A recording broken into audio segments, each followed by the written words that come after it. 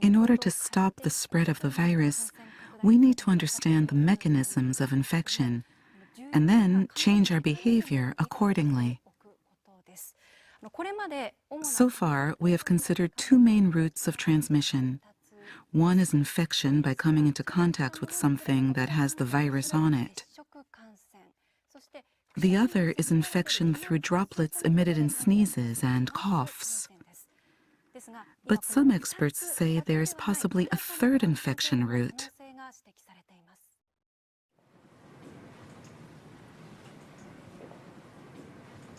Experts are now looking at this new infection mechanism as the key to preventing the further spread of the virus.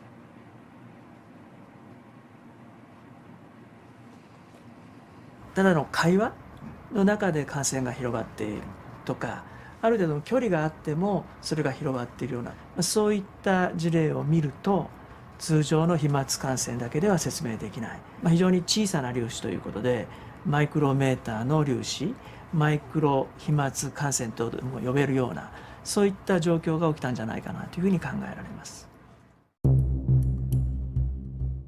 So how does this take place? NHK is conducting an experiment with a group of researchers. はい、レーザーください。The team will track particles in the air using laser beams and a high-sensitivity camera. This technology allows us to detect droplets as small as 0.1 micrometers wide. The experiment starts.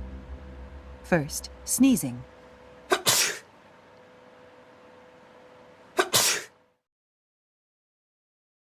We can see a large droplet about 1 millimeter in diameter. It quickly falls.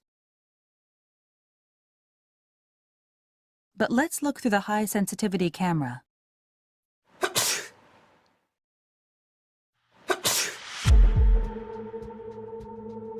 We can see small particles that seem to glitter floating through the air.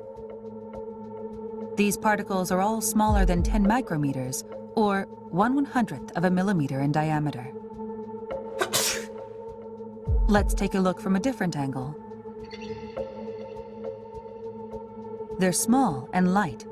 You can see them drifting through the air. These are microdroplets.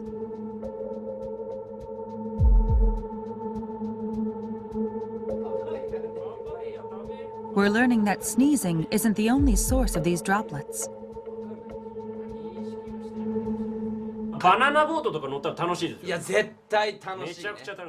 We ran the same experiment on a close-range conversation. People generate a lot of microdroplets when they talk loudly.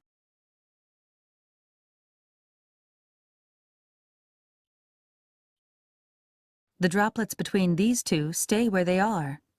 They don't drift away.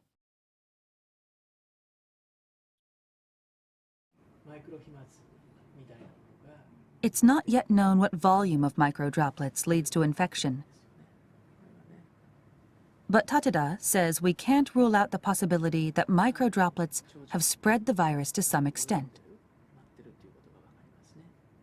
そのマイクロ飛沫、小さな粒子の中にもたくさんのですね、生きたウイルスがいて、大きな声での会話、あるいは激しい息遣い、そういった中でですね、このマイクロ飛沫ができて、それが近くの人、その人が吸い込むことによって感染が広がる、そういったリスクが見えてきたものと思います。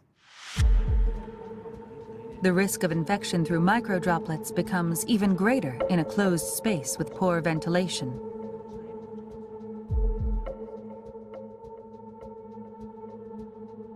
This lab is simulating the movement of microdroplets in an airtight room.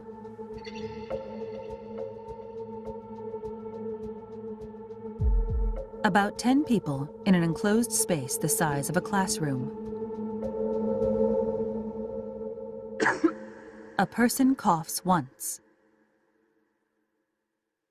and spreads about 100,000 droplets.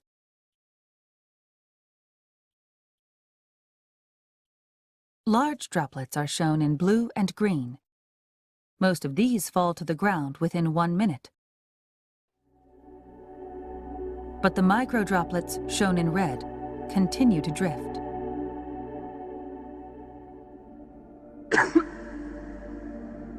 This simulation uses only microdroplets. 5 minutes later, 10 minutes later,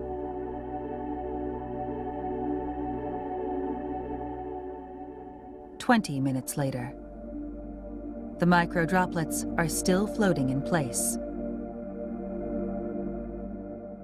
空気がよどんでいると、つまり空気の流れがないということで、マイクロ飛沫そのものは、落ちたり、違う場所に動くことができませんので、長時間その場所にとどまるっていうことになります。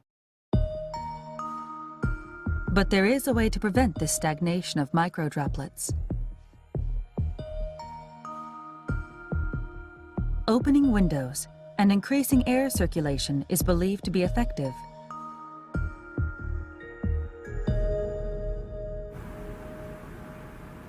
When you open a window,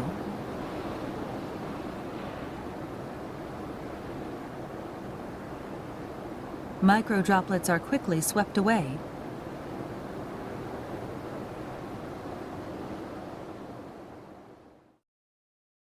They're very small and light, so any airflow will get rid of them.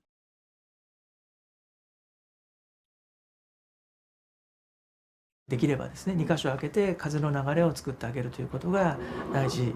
それが1時間に1回でもいいから、そういうようなことをやることによって感染のリスクっていうのはかなり下げることができるようになるんじゃないかなというふうに思います。